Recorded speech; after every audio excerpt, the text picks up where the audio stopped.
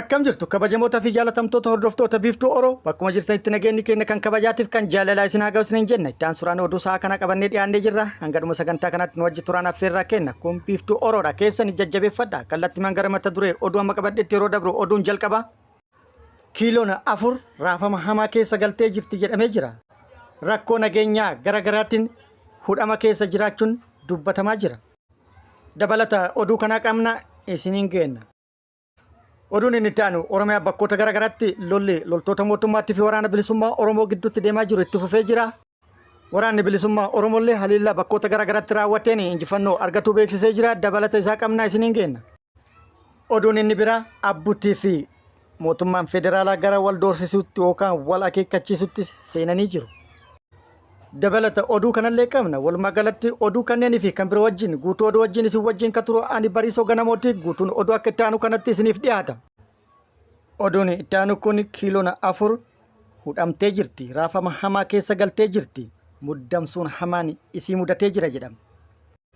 Sababni inni tokko iccitiin dhokataan Finfinneetti mormiin cimaan dhohuu danda'a jedhu shakkii guddaa uumee jira.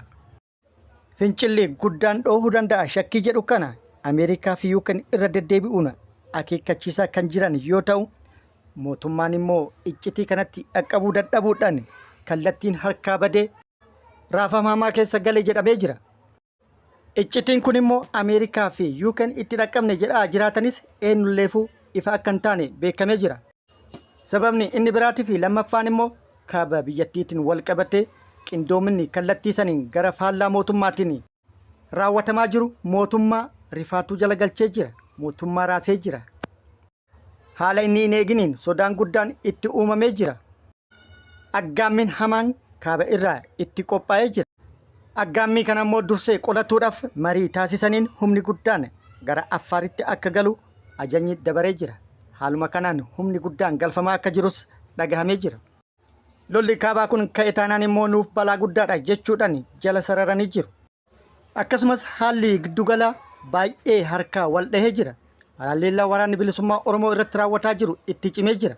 Loltoonni mootummaa haleellaa waraanni mootummaa bakkoota garaagaraatti irratti raawwataa jiru qolachuu dadhabanii jiru. Mooyamuu malee mooyuun isaan bira hin jiru. Akkasumattuu waraanni bilisummaa Oromoo hanga funyaan Finfinneetti naanna'uudhaan haleellaa raawwataa kan jiru akka ta'ee fi kun immoo balaa guddaa akka ta'e mirkaneeffatanii jiru. Walumaa galatti haalli nageenya biyyattii lafee kokkeetti rakkatte taatee mootummaa federaalaa hudhee qabee jira. Akkasumas kiiloon 4 waan qabattee gadi dhiiftu wallaaluudhaan raafama hamaa keessa galuun beekamee jira. Gara biraatiin immoo haasaa kalee galgala taasiseen Jawaar Mohammadis akeekee jira. Jawaar Mohammad haasaa isaatiin fincila torbaan tokko qofaan mootummaa bilxiginnaa dhuma itti godhuun ni danda'ama jedhee jira. Jawaar Mohammad itti dabaluunis mootummaa Abiy Ahmed qeeqee jira. Mootummaan kun mootummaa Oromoo qofa humnaan waraanatti galchaa jiru jedhee jira. Ragaan kana ijoollee umriin isaan hin geenye kan Oromoo qofa guutuu Oromiyaa keessaa daa'ima ganna 12 irraa jalqabee osoo umriin hin daangessin gara dirree waraanaatti geessuudhaaf dirqamaan guuraa jiraachuun ragaa kanaa olii hin jiru jedhee jira. Daa'imman umriin lolaaf hin geenye dirqamaan guuruun raafama hamaa keessa galuu mootummaa kan agarsiisu jedhee jira. Oduun itti aanu haleellaa Ameerikaa mooraa baqattoota Afrikaa Yaman argamu irratti raawwatteen namoonni hedduun ajjeefamanii namoonni hedduun madaa'uun dhagahamee jira. Haleellaa qilleensarraan Ameerikaan mooraa baqattoota irratti raawwatteen namoonni 68 ajjeefamanii 47 kan gaan immoo akka madaan odeeffannoon achirra ba'e ibsee jira. Haleellaan kun kan raawwatame giddugala baqattoota Afrikaa irraa godaananii keessa tursiifaman irratti ta'uu TV'n garee Huutiin hoogganamu gabaasee jira. Bakki mooraan kun itti argamu Sa'aadaa kan jedhamu yoo ta'u, kaaba lixa Yemen kutaa hidhattoonni Huutii keessa socho'anitti jedhamee jira. Haleellaan kun kan raawwatame iddoowwan hidhattoonni Huutii 800 caala jiran irratti xiyyeeffatuun jedhamee jira. Ibsi ajaja giddugaleessaa US irraa ba'e akka ibsutti haleellaa qilleensaa kanaan loltoonni fi ajajoonni Huutii 100 lakkaa'aman ajjeefamaniiru jedhee jira.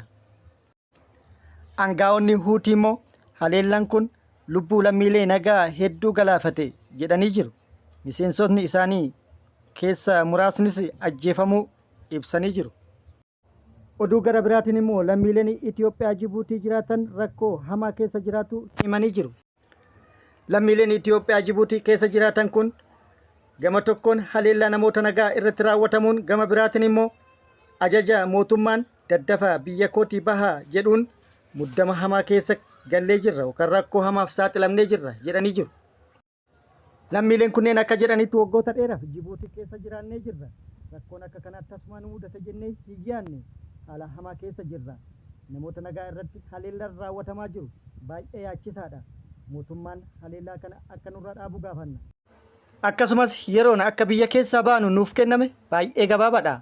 Yeroon kun akka nuu dabalu yookaan akka nuu dheeratu gaafanna jechuudhaan mootummaa Jibuutiitiif gaafii dhiyeessanii jiru. Oduun rakkoo godaantota inni biroo kallattii Liibiyaa irraa kan nu ga'e yoo ta'u, godaantonni Itoophiyaa hedduun karaa seeraan alaa Liibiyaa galan harka daddabarsitoota namaa seeraan alaatti gidiraa hamaa argaa akka jiran odeeffannoon nu gahee jira. Daddabarsitoonni namoota seeraan alaa bakkoota garaagaratti walitti qabuudhaan dararaa hamaa irratti raawwatuudhaan maatii isaanii irraa mallaqa guddaa gaafataa jiru. Viidiyoo hiraarsaa waraabuudhaan gara maatii erguudhaan mallaqa guddaa akka ergan taasisaa jiru. Mallaqa gaafatan yoo hin argatin namoota akka malee hiraarsaa jiraachuun odeeffannoo nu ga'e ibsee jira. Gabaabumatti odeeffannoo kanarraa hubatuu kan qabdan seeraan ala biyyaa baatanii rakkoo hamaaf saaxilamtanii lubbuu teessan hin gaaga'ina. Waraanni bilisummaa Oromoo zoonii giddugala Oromiyaa naannawaa magaalaa Finfinneetti tarkaanfii fudhateen milkaa'ee jedhee jira. Ebla 27/2025 guyyaa kaleessaa jechuudha. Galgala sa'a 1:00 naannawaa magaalaa Finfinnee magaalaa Shaggar bulchiinsa magaalaa Sabbataa seenuun qajeelcha poolisii aanaa Moglee zoonii Burqaa Kooraa iddoo addaa bilookii ejersaa jedhamutti haleellaa raawwateen humnoota mootummaa 4 addunyaa kanarraa godaansisee 5 madeesse jedhee jira. Akkasumas waraanni bilisummaa Oromoo zoonii lixa Oromiyaa Horroo Guduruu Wallaggaatti haleellaa raawwateen milkaa'ee jedhee jira. Horroo Guduruu aanaa Haroo Lootii Anoo ganda Haroo jedhamutti haleellaa raawwateen caasaa mootummaa hedduu hojiin ala akka taasise odeeffannoo achirraa nu ga'e ibsee jira. Hedduu kan madeessee fi hedduu kan godaansise akka ta'es beekamee jira. Akkasumas achuma lixa Oromiyaa aanaa Lakkoo kan Geberee Ugumaa jedhamutti haleellaa mooraa waraana mootummaa irratti raawwateen miidhaa guddaa dhaqqabsiise jedhee jira. Haleellaa mooraa waraana mootummaa irratti raawwateen loltoota mootummaa hedduu addunyaa kanarraa akka godaansisee fi akkasumas hedduu kan madeesse akka ta'es beeksisee jira. Haleellaa raawwateenis meeshaalee waraanaa hedduu hiikkatuu beeksisee jira. Oduun itti aanu haalli kaabaa fi kaaba Itoophiyaa jiru mootummaa bilxiginnaa baaraksee jira. Kun akkuma jirutti ta'ee hariiroo mootummaa federaalaatii fi abbootii yookaan TPLF garee Dabretsiyoon Gabra Mikaa'eliin hoogganamu wal akeekkachiisatti ce'ee jira.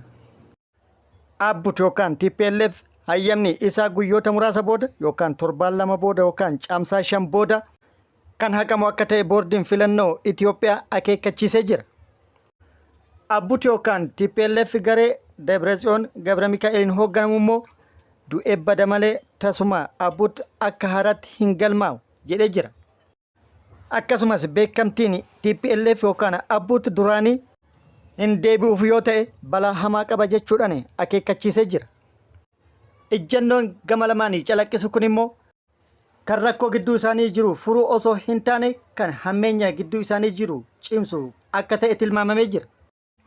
Gara biraatiin immoo beekamtii TPLF deebisuu diduun balaa guddaa qaba jechuun Dabretsiyoon wanti abdatee fi qopheeffate akka jiru waan akeeku jechuudhaan xiinxaltoonni yaada kennanii jiru. Gara biraatiin immoo Eertiraa TDF fi Faannoon lafa jalaan qindoomina uumuun mootummaa bilxiginnaa irratti haleellaa raawwatuuf akka waliigalan dhagahamee jira. Qophiis akka xumuraman beekamee jira.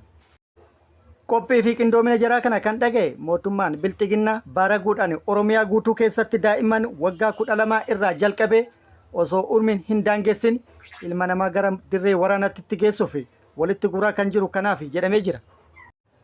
Walumaa galatti haalli kunii fi haalli Itoophiyaa keessatti waggoota 7 dabran mul'ataa jiru kan rakkoo furu osoo hin taane kan rakkoo jajjabeessu ta'ee mul'ataa jira jechuudhaan namoonni garaagaraa yaada kennanii jiru.